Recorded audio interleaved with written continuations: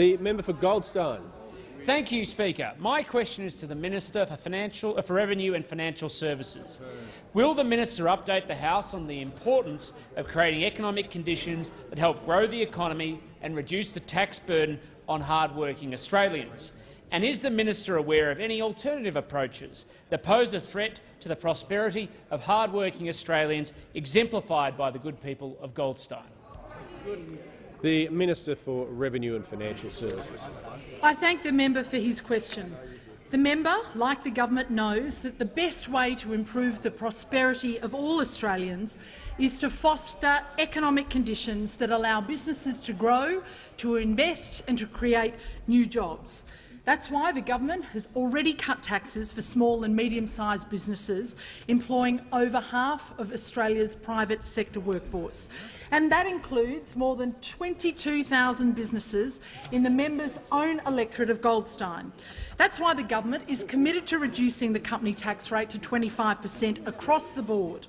That's why the government is committed to reducing personal income tax cuts for middle-income Australians, having already legislated relief for more than 3 million Australians. And that is why the government has presided over the creation of more than 1 million jobs since we came to power.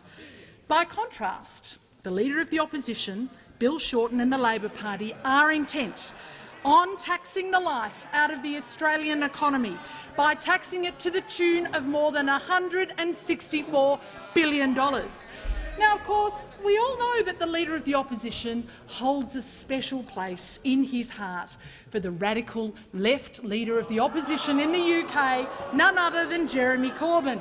We heard it. We heard it in his Come to Jeremy moment at the National Press Club recently, where he appropriated almost word for word the divisive left-behind rhetoric used by his UK counterpart. Voters in the UK ultimately saw through this tactic, and of course Jeremy Corbyn was not successful, something that I'm sure will not be lost on those opposite. Yet, nevertheless, it leads one to wonder what other radical Corbyn proposals will the Leader of the Opposition seek to pilfer next. We're familiar with his resistance to reducing the company tax rate. Perhaps he'll go full Corbyn and look to increase the company tax rate by more than a third, as has been threatened in the UK.